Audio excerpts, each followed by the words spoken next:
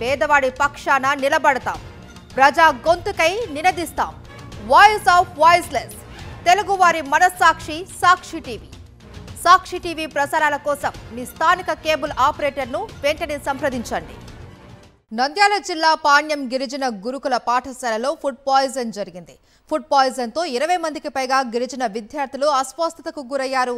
రాత్రి నుంచి కడుపు నొప్పి, వాంతులు, విరోచనాలతో విద్యార్థులు ఇబ్బంది పడుతున్నారు.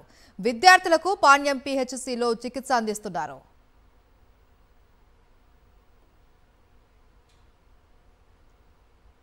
మరింత సమాచారం మా ప్రతినిధి లోకేష్ అందిస్తారు. లోకేష్, విద్యార్థుల పరిస్థితి ఎట్లుంది? మహేశ్వరి, ఏపీ రాష్ట్రంలో యొక్క ప్రభుత్వ హాస్టల్లో యొక్క విద్యార్థుల పరిస్థితి చాలా దయనీయంగా మారిందని చెప్పవచ్చు.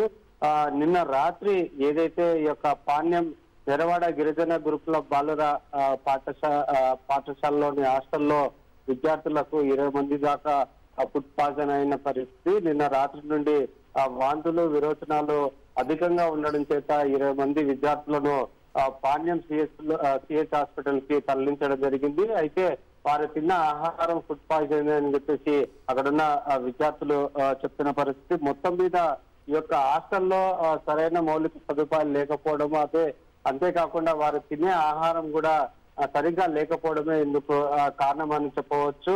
ఏదైతే నిన్న రాత్రి ఆ యొక్క విద్యార్థులు ఆహారం తిన్నారో ఆ ఆహారం ఫుడ్ పాయిజన్ కావడం చేత 20 మంది పైగానే విద్యార్థులు అస్వస్థతకు గురైన పరిస్థితి. ఉటావుటిన వారిని ఆ యొక్క పాణ్యంలోని సిహెచ్ హాస్పిటల్ కి తరలించడం జరిగింది. అక్కడ వారికి చికిత్స అందిస్తున్న పరిస్థితి కనపడుతుంది.